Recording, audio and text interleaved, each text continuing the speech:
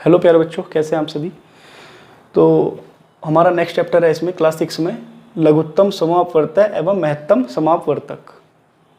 English में कह देते हैं हम इसे डायरेक्टली एलसीएम और एचसीएफ। ठीक है, लघुत्तम समापवर्तक को कहते हैं एलसीएम और महत्तम समापवर्तक को कहते हैं एचसीएफ। फुल फॉर्म क्या होती है इनकी? Least common multiple.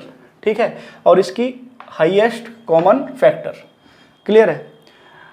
बेसिकली तो अगर एलसीएम और एचसीएफ की जैसे ही नाम सुनते हैं तो उनका क्वेश्चन आता है, हमें दो या दो से ज़्यादा नंबर दिए हुए होते हैं और हमसे पूछ लेते हैं वो कि इन नंबर का हमें एलसीएम निकालो या एचसीएफ निकालो या दोनों ही निकालो। ठीक है, लेकिन इस चैप्टर में नाम तो इसका एलसीएम और एचसीएफ है। ठीक है, लेकिन एलसीएम और एचसीएफ से रिलेटेड जो क्वेश्चन होंगे वो हमारे शायद लगभग एक्सरसाइज 10C 10D या 10E में देखने को मिल सकते हैं हमें। ठीक, क्योंकि पहली एक्सरसाइज है ये इसमें और पहला ही क्वेश्चन हमें दिया गया है, स्तंभ 1 की संख्याओं का स्तंभ 2 के अपवर्तकों से मिलान कीजिए। स्तंभ मतलब आपको पता ही है, कॉलम। मैचिंग करानी है बेसिकली इस क्वेश्चन में। आप देख के समझ गए होंगे कि इसमें हमें मैचिंग करानी है, लेकिन किसकी मैचिंग? सिर्फ इसमें एक नया वर्ड आया है, अपवर्तकों। और अपवर्तक कहाँ से लिया गया है? ये समापवर्तक से ही लिया गया है, अपवर्तक। क्लियर है। अपवर्तक, अपवर्तक मतलब क्या होता है? फैक्टर। फैक्टर मतलब गुणनखंड, गुणा के टुकड़े। क्लियर है। तो अगर हम बात करें पहले ही क्वेश्चन में, इसका फर्स्ट पार्ट है 15 दे रखा है हमें, तो 15 के हमें अपवर्तक निकालने हैं या फैक्टर निकालने हैं। 15 के अपवर्तक मतलब इन 4-5 जो ऑप्शन दे रखे हैं हमें, इनमें से कोई एक ऑप्शन ऐसा होगा जिसमें जो ये संख्याएं दी हुई हैं उन सभी संख्याओं के पहाड़े में क्या आता होगा? 15। उन सभी संख्याओं के टेबल में क्या आएगा? 15 आएगा। ठीक है, और जिस भी संख्या के जिस भी क्वेश्चन के इस सभी क्वेश्चंस में सभी संख्याओं में क्या मिल जाएगा हमें? 15, वही इसका आंसर होगा। तो देख लेते हैं 15 के मतलब टुकड़े हमें करने हैं कि किस किस के पहाड़े में या किसके टेबल में 15 आता है। तो अगर हम इसको देखें पहले ऑप्शन को, 1 2, भाई 1 के पहाड़े में तो 15 आएगा ही आएगा, है ना। एक के पहाड़े में सभी नंबर आ जाएंगे। ठीक, एक का टेबल एक ऐसा टेबल होता है जिसके टेबल में सभी नंबर आने अनिवार्य हैं। ठीक है, तो अगर हम 1 की बात करें तो 1 के टेबल में 15 आएगा ही। ठीक है ना, जब 1 की मल्टीप्लाई 15 में करेंगे, ठीक है, या इसको पढ़ेंगे 1 15 जार, कितना हो जाएगा? वो 15 हो जाएगा। तो 15 तो आ गया 1 के टेबल में। अब देख लेते हैं 2, क्या 2 के टेबल में 15 आएगा? नहीं सर, बिल्कुल नहीं आता। 4 के में भी नहीं आता, 8 के में भी नहीं आता। जब नहीं आता तो ये वाला ऑप्शन तो इसके लिए कैंसिल हो गया। क्लियर। दूसरे में देख लेते हैं 1 2, फिर से 2 आ गया और 2 वाला यहाँ पे आया था तो वो भी कैंसिल हो गया, तो ये भी कैंसिल है। नंबर 3 की बात आती है इसकी, ग ऑप्शन की। तो इसमें 1 के टेबल में 15 आएगा ही आएगा, 3 के टेबल में भी 15 आ जाता है, 5 के टेबल में भी 15 आता है और 15 के टेबल में तो 15 आता ही आता है। तो 1 3 5 एंड 15 इसके क्या हो गए? अपवर्तक हैं या इसके फैक्टर हैं। तो इसको मैचिंग करा देंगे हम इसके साथ। तो आप समझ गए होंगे अब अपवर्तक या फैक्टर हमारे क्या होते हैं। ठीक है, मतलब कोई एक ऐसा नंबर हो हमारे पास और अगर हमें कुछ और नंबर दिए हो तो उन सभी नंबरों में गुना अगर हम करें तो वो नंबर आना ही चाहिए। ठीक है, अब देख लेते हैं 24 के अपवर्तक या फैक्टर क्या होंगे? 24 के अपवर्तक या फैक्टर देखो, इसको देख लेते हैं। एक के टेबल में 24 आ जाएगा, 2 के टेबल में भी 24, 3 में भी आता है 3 8 जार 24, और 4 के में भी 4 6 जार 24, 6 के टेबल में भी आता है 6 4 जार 24, 12 के में भी आता है और 24 के में तो आता ही है 24 1 जार 24। तो 24 सेकंड 24 और ये हो गया इसके साथ में मैचिंग। क्लियर। अब ऐसे ही 21 के ऐसे टुकड़े, मतलब ऐसे इन सभी क्वेश्चन के एक ऐसा ऑप्शन लेना है जिसके सभी नंबर्स के पहाड़े में क्या आए, क्या पहाड़े में या टेबल में 21 आ जाए। क्या आएगा वो? देखो 1 भी आएगा, 1 के टेबल में 21 आता है, 3 के टेबल में भी 21 आता है, 7 के में भी आता है और 21 के में तो आता ही है। ये इसका ऑप्शन हो गया। क्लियर। अब 32 के कर लो। इनमें से देखना 2 बचे हैं, ये और किसके टेबल में, मतलब किन सभी नंबर्स के टेबल में 32 आता ही आता है। तो हमें ऑप्शन मिल जाएगा ये वाला। आप करके देख लो, 1 के टेबल में भी 32 आएगा, 2 के में भी आएगा, 4 के में भी आएगा, 8 4 जार भी होता है 32, और 16 2 जार 32 और 32 1 जार 32। क्लियर। अब ये लास्ट बचा है 36 वाला और ऑप्शन हमें ये वाला बचा है। तो सीधी सी बात है, इसी से मैचिंग होगी इसकी। लेकिन कैसे होगी? क्या 1 के टेबल में 36 आता है? जी सर, बिल्कुल आता है। 2 के टेबल में आता है 36, बिल्कुल। 3 में भी आता है, 4 में भी, 6 में भी, 9 में भी, 12 में भी, 8 में भी और 36 में भी 36 आता ही है। तो ये हमारी मैचिंग होगी। अपवर्तक मतलब बेसिकली कोई नंबर दिया हो और उस नंबर के ऐसे सब पार्ट या छोटे पार्ट जिनकी गुणा करके वापस वो नंबर हमें मिल जाए, ठीक है ना, या जिसकी टेबल में वो नंबर आता हो, जिसके पहाड़े में वो नंबर आता हो, वो उसका क्या हो जाएगा, अपवर्तक या फैक्टर हो जाएगा। क्लियर। तो पहला क्वेश्चन हमारा कंप्लीट हो गया है। नेक्स्ट क्वेश्चन लिख लेते हैं, तब तक आप इसे देख लो। चलिए क्वेश्चन नंबर 2 देख लेते हैं जल्दी से। क्या कह रहे हैं, निम्नांकित संख्याओं के प्रथम 5 गुणज लिखिए। फिर से एक नया वर्ड है गुणज। कितने लिखने हैं, पहले 5। क्या लिखने हैं, गुणज। गुणज मतलब क्या होता है इंग्लिश में, मल्टीपल। मल्टीपल नाम समझते ही आपको क्लियर हो गया होगा क्या करने हैं। मतलब 3 के पहले फर्स्ट 5 क्या लिखने हैं, मल्टीपल। 3 के फर्स्ट 5 मल्टीपल लिख लेना है और उसी को क्या कहते हैं, हम गुणज कहते हैं, ठीक है। या और देसी भाषा में, सरल भाषा में समझ लो, 3 की मल्टीप्लाई कितनी बार कर दें, 5 बार कर दें स्टार्टिंग में ही। जैसे 3 1 jar 3, 3 2 jar 6, 3 3 jar 9, 3 4 jar 12 and 3 5 jar 15। तो 5 बार 3 की मल्टीप्लाई करी ना हमने, तो वही है, बस इसका क्वेश्चन का अर्थ वही है बिल्कुल। निम्नांकित संख्याओं के प्रथम 5 गुणज। तो 3 के पहले 5 गुणज, या हमने फर्स्ट 5 मल्टीपल लिख लिए किसके, 3 के। क्या होंगे, 3। जैसे जिसमें हम एक चीज देख रहे हैं, जैसे 3 है तो इसके टेबल में या इसका जो पहला हमारा मल्टीपल या गुणज होगा वो 3 ही होगा, ठीक है। 4 में जब पहला होगा तो 4 ही होगा, और 5 में जब फर्स्ट मल्टीपल होगा या पहला गुणज होगा वो 5 होगा ही होगा। क्लियर है। तो 3 का फर्स्ट मल्टीपल क्या होगा, 3, दूसरा 6, तीसरा 9, चौथा 12 और पांचवा 15। 5 हो गए ना, 1 2 3 4 5। तो 3 के पहले 5 गुणज हमने लिख लिए, प्रथम 5 गुणज या फर्स्ट 5 मल्टीपल हमने 3 के लिख लिए। 4 के क्या होंगे, 4 1 4, 4 दूनी 8, 4 3 12, 4 चौक 16 और 4 पंजे 20। क्लियर।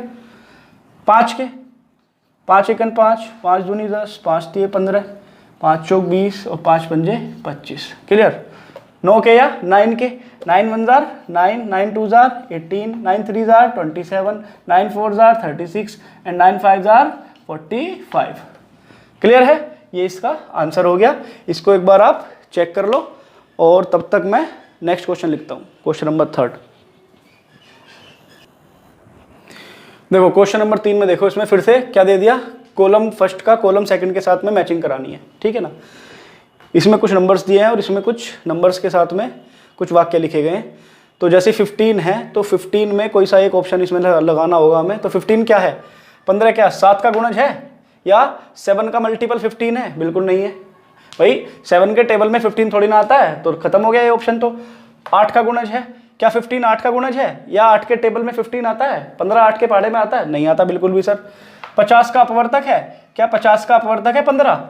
अपवर्तक मैंने इससे पहले क्वेश्चन में बताया था आपको, अपवर्तक कैसे, अगर कह रहे कि 50 का अपवर्तक, अगर 15 का हम पहाड़ा पढ़ेंगे क्या उसमें 50 आएगा, बिल्कुल नहीं आएगा। क्लियर है, ठीक है। अब 30 का अपवर्तक, क्या 15 30 का अपवर्तक है, मतलब अगर हम 15 का पहाड़ा पढ़ें या 15 की हम टेबल पढ़ें तो क्या उसमें 30 आएगा, जी हाँ बिल्कुल 30 आएगा। 15 2 जार 30, तो 15 क्या है, 30 का अपवर्तक है या 30 का एक फैक्टर है ना भाई। 15 के टेबल, ये 15 के टेबल में 50 थोड़ी ना आता है, इसलिए ये खत्म हो गया, ठीक। तो 15 के टेबल में सर 30 आता है, इसलिए 15 क्या है, 30 का अपवर्तक है या फैक्टर है। क्लियर। अब 20 क्या है, 20 7 का गुणज है भाई। 7 के पहाड़े में आता है कोई, 7 के मल्टीपल अगर मल्टीप्लाई करें 7 7 जार 7, 7 2 जार 14, 7 3 21, तो 20 तो नहीं आया। ऐसे ही 8 में भी नहीं आता 20, 50 में भी नहीं आएगा, 30 तो इसका हो ही गया ऑप्शन। अब क्या बचा, 20 का अपवर्तक है। हाँ, हर एक नंबर अपने आप का अपवर्तक या फैक्टर होता ही होता है। 20 के टेबल में या 20 के टेबल में 20 आएगा ही। कब आएगा 20, 21 जार जब हम 20 करेंगे तो 20 पहले ही नंबर पर आ जाएगा, इसलिए इसका ये ऑप्शन हम मैच करा देते हैं इससे। क्लियर। 16, अब 16 क्या है, ये 3 ऑप्शन बच रहे हैं। अब देखो 7 का मल्टीपल या 7 का गुणज है, 7 के पहाड़े में आएगा क्या 16, बिल्कुल नहीं आएगा। 8 के पहाड़े में आएगा क्या, हाँ सर बिल्कुल आएगा। 8 दूनी 16 होते हैं या 8 2 जार 16 होते हैं, इसलिए इसके साथ इसकी मैचिंग हम करा देंगे। क्लियर। अब क्या आया 25 क्या क्या ऑप्शन बच रहे हैं। अब ऑप्शन 7 का गुणज, क्या 7 का मल्टीपल है 25, 7 के टेबल में 25 आता है कहीं, नहीं आता बिल्कुल भी। 25 50 का अपवर्तक, 50 का अपवर्तक यानी कि 25 के पहाड़े में क्या 50 आएगा, जी सर बिल्कुल आएगा। 25 1 25 और 25 दूनी 50, 25 1 जार 25 एंड 25 2 जार 50, तो 50 का अपवर्तक है 25। क्लियर है। अब 35, एक ऑप्शन बच रहा है, ये रहा 35 क्या है, 7 का गुणज है, बिल्कुल है। जब 7 का हम मल्टीपल करेंगे, कैसे, 7 एकन 7, 7 दूनी 14, 7 तिया 21, 7 चौक 28, 7 पंजे 35, तो 7 का मल्टीपल या 7 का गुणज है क्या, 35। ये इसकी मैचिंग हो गई। एक बार आप इसे चेक कर लो, तब तक नेक्स्ट क्वेश्चन लिख देता हूं मैं। क्वेश्चन नंबर 4 देख लीजिए, क्या कह रहे हैं क्वेश्चन नंबर 4 में, 7 के सभी अपवर्तय ज्ञात कीजिए जो 100 से कम हो। किससे कम हो, 100 से कम होने चाहिए। अब अपवर्तय और अपवर्तक दो ही चीज पढ़ रहे हैं अभी तक हम, और इससे नई चीज तो हमने पढ़ी नहीं। अपवर्तय मतलब मल्टीपल, और हिंदी में क्या कहेंगे, या गुणज कह सकते हैं। अपवर्तय को गुणज या मल्टीपल कह सकते हैं, और अपवर्तक को क्या कह सकते हैं, फैक्टर या गुणनखंड। क्लियर है। तो यहां पर अपवर्तक तो है नहीं, फैक्टर तो है नहीं, क्या है, सिर्फ अपवर्तय है। और अपवर्तय को क्या कहते हैं हम इंग्लिश में, मल्टीपल या गुणज। तो क्या कह रहे हैं, 7 के ऐसे गुणज करो जो 100 से कम हो। तो क्या करना है, बस सिंपली 7 का हमें टेबल लिखते चले जाना है। और कब तक लिख देना है, जब तक 100 पर ना पहुंच जाए, और 100 पर पहुंचना नहीं है, ना 100 से ज्यादा होना है, 100 से कम ही हमें रखना है, क्योंकि ये कह रहे हैं जो 100 से कम हो। तो लो लिख लो, 7 एकन 7, 7 दूनी 14, तिया 21, 28, 49, 56, 70। यहां तक तो हो गए, टेबल में आता है। उसके बाद क्या आ जाएगा, 77।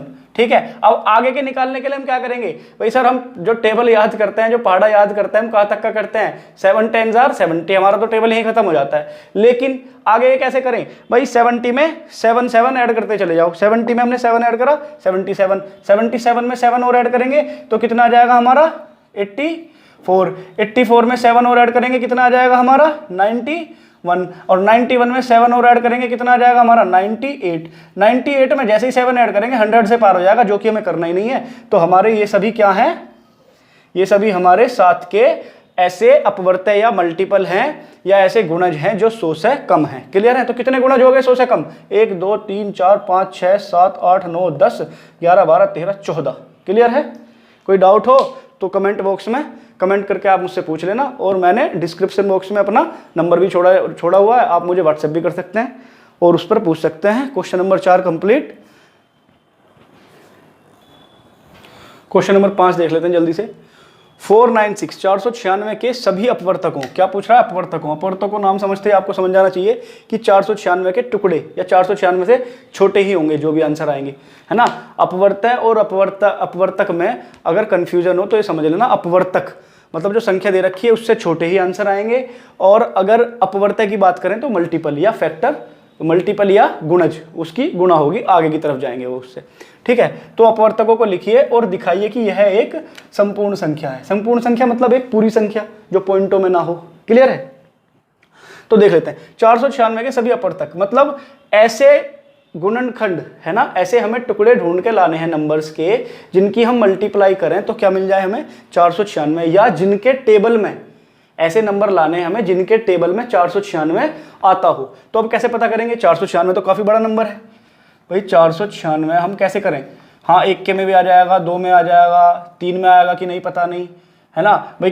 कोई ये नंबर अगर 3 से कटेगा तो 3 के टेबल में आता होगा बिल्कुल, है ना। अब ये कटेगा 3 से या नहीं कटेगा वो बाद की बात है, जब क्वेश्चन आएंगे इस तरीके के तब भी मैं समझा दूंगा।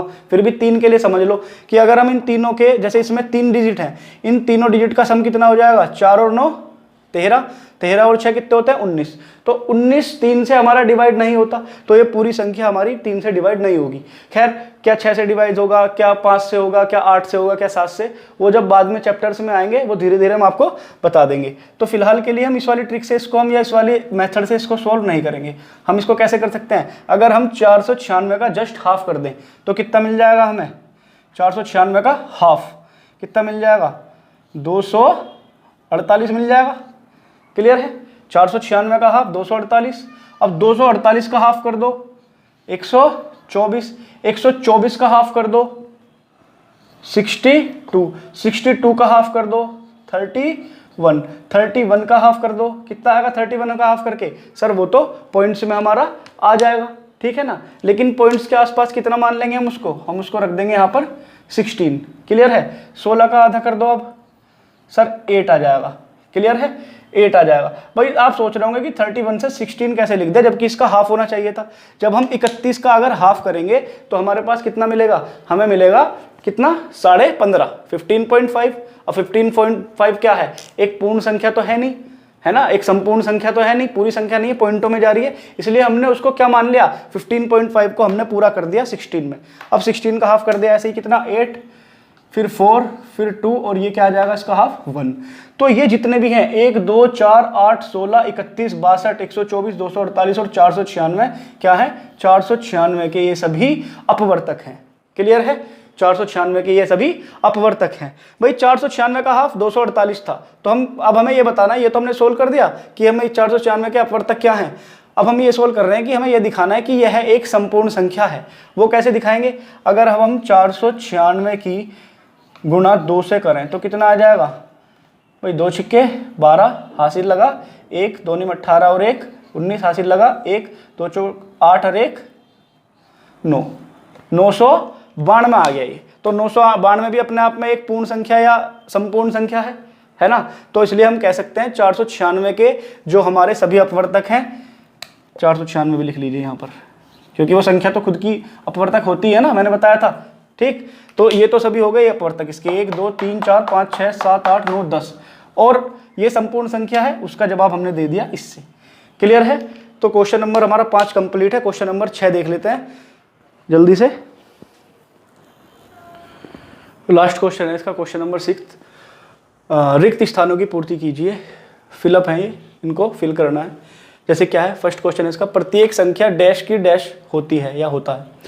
प्रत्येक संख्या क्या, अपने आप की या स्वयं की। तो यहाँ क्या कर देंगे हम, स्वयं। अपने आप की क्या होती है, अपवर्तक होती है। अपवर्तक मतलब कैसे, अगर मैं बात करूं यहाँ पर 24 की, तो 24 अपने आप का अपवर्तक है कि नहीं है। भाई 24 के पहाड़े में 24 आएगा ही, 24 के टेबल में 24 आएगा ही, 24 बन जा 24। तो इसलिए प्रत्येक संख्या, हर संख्या अपने आप की या स्वयं की क्या है, अपवर्तक होती है या होता है। तो क्या लिख दूंगा यहाँ पर मैं, अपवर्तक। क्लियर है, प्रत्येक संख्या का पूर्ण विभाजक उसका होता है।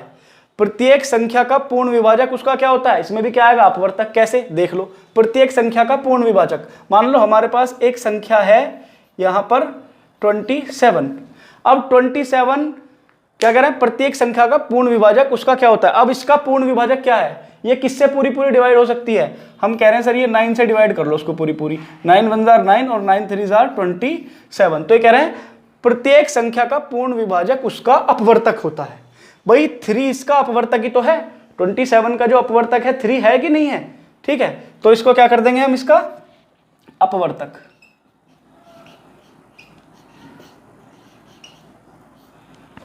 क्लियर है, प्रत्येक संख्या का पूर्ण विभाजक उसका अपवर्तक होता है। पूर्ण विभाजक इसमें क्या है, 9 है, तो 9 इसका क्या है, 9 भी है और 3 भी है, दोनों ही क्या है, इसके अपवर्तक हैं या दोनों ही इसके फैक्टर हैं। क्लियर, किसी संख्या का प्रत्येक अपवर्तक उस संख्या से डैश या उसके डैश होता है। भाई कोई भी संख्या है उसका प्रत्येक अपवर्तक, मान लो 27 है, 27 के अपवर्तक क्या हो सकते हैं, 1 हो सकता है, 3 हो सकता है और 9 हो सकता है और 27 हो सकता है अपने आप में। ठीक है, 27 के अकॉर्डिंग लिए हमने ये 1 3 9 और 27, 1 3 9 और 27। तो क्या कह रहे हैं, किसी संख्या का प्रत्येक अपवर्तक। भाई 27 का हर अपवर्तक क्या है, उस संख्या से या तो क्या है, छोटा है। भाई या तो इससे छोटा है या फिर 27 के बराबर है। बड़ा नहीं हो सकता कभी भी, किसी भी संख्या का अपवर्तक उस संख्या से बड़ा नहीं हो सकता। क्या होगा, या तो छोटा होगा या फिर उसके बराबर होगा। तो क्या लिख दें, उस संख्या से छोटा या उसके बराबर या इक्वल। क्लियर है, बराबर होता है। प्रत्येक संख्या अपने अपवर्तक का एक क्या होती है, अपवर्त्य होती है। प्रत्येक संख्या अपने अपवर्तक का एक अपवर्त्य होती है। क्या होती है, अपवर्त्य होती है। भाई प्रत्येक संख्या अपने अपवर्तक का, भाई अपना अपवर्तक कोई भी एक संख्या है, मान लो एक संख्या 9 है। ठीक है, अब इसका अपवर्तक क्या है, इसका अपवर्तक क्या होंगे सर, इसका अपवर्तक 1 3 और अपने आप 9। ठीक है, तो ये क्या कह रहे हैं, प्रत्येक संख्या अपने अपवर्तक का, ये संख्या है और ये इसके अपवर्तक हैं, क्या होती है, इसके अपवर्त्य होती है। अपवर्तक का एक अपवर्तय होती है। भाई इसके 9 के अगर हम अपवर्तय की बात करें तो 9 का अपवर्तय है या नहीं है, बिल्कुल, ठीक है ना भाई। 9 का अपवर्तय 9 है, अपवर्तय मतलब मैंने बताया था मल्टीपल या गुणज, तो 9 का गुणज तो होगा ही। अगर हम 9 के गुणज की बात करें पहले 3, तो पहले 3 में पहला गुणज क्या होगा, 9 ही होगा। यही कह रहे हैं प्रत्येक संख्या अपने अपवर्तक का अपवर्तय होती है, बिल्कुल, प्रत्येक संख्या अपने अपवर्तक का। भाई इसके अपवर्तक ये हैं और इसका अपवर्तक क्या होगा, ये 9 ही होगा। तो ये खुद का जो नंबर है वो खुद का अपवर्तय होता ही होता है। क्लियर। अब ये कह रहे हैं 78 के अपवर्तक लिखो। 78 के क्या लिखने हैं हमें, अपवर्तक। अपवर्तक मतलब 78 के अपवर्तक, यानी कि 78 से छोटे आएंगे सारे, तो क्या क्या हो सकते हैं 78 के अपवर्तक, 1 हो सकता है, 2 हो सकता है, 3 हो सकता है, और क्या होगा, 4 से जाएगा नहीं, 4 से नहीं जाएगा, 5 से नहीं जाएगा, 6 हो सकता है, 7 नहीं, 7 नहीं, 8 नहीं, 9 नहीं, 10 नहीं, और क्या 11 नहीं। कितना हो सकता है फिर, कितना हो जाएगा, 26 हो सकता है, और बीच में क्या रह गया था, 13 भी हो सकता है, क्योंकि 13 छिक कितने होते हैं, 78 होते हैं। 13 6 आर 78 एंड 26 3 आर 78। क्लियर। और क्या बचा हमारा, 39 बचा, और लास्ट में अपने आप में खुद तो आएगा ही 78। तो 1 2 3 4 5 6 7 8 इसके ये क्या है, अपवर्तक हैं या इसके फैक्टर हैं। क्लियर है। तो एक्सरसाइज हमारी 10A दी एंड हो गई बच्चों। इस पूरी एक्सरसाइज से रिलेटेड कोई क्वेश्चन हो, कोई क्वेरी हो, कोई समस्या हो, तो मैंने अपना डिस्क्रिप्शन बॉक्स में अपना व्हाट्सएप नंबर छोड़ा हुआ है, आप उस पर मुझे व्हाट्सएप कर सकते हैं, या कमेंट बॉक्स में जाकर कमेंट भी आप मुझे कर सकते हैं। और कोई भी आपकी इससे रिलेटेड, इस एक्सरसाइज से रिलेटेड या पिछली जो भी मैंने एक्सरसाइज करा रखी है, कुछ भी क्वेरी हो इनसे रिलेटेड, कोई समस्या हो, कोई प्रॉब्लम हो, आप मुझे व्हाट्सएप कर सकते हैं मेरे नंबर पर। ठीक है बच्चों, फिर मिलते हैं नेक्स्ट एक्सरसाइज में। धन्यवाद।